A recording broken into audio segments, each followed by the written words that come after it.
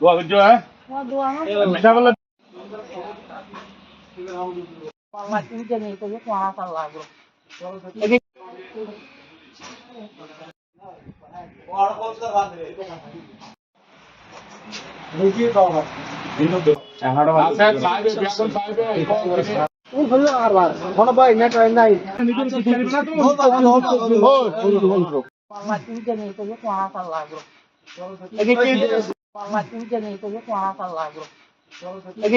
আমরা 500 পরিবারকে যারা ক্ষতিগ্রস্ত হয়েছে 500 ফ্যামিলিকে আমি আজকে এমপি সাহেবের নির্দেশ মোতাবেক 500 ফ্যামিলিকে আজকে আমরা ঘরে ঘরে দিয়ে এগুলো দিয়ে দেবো।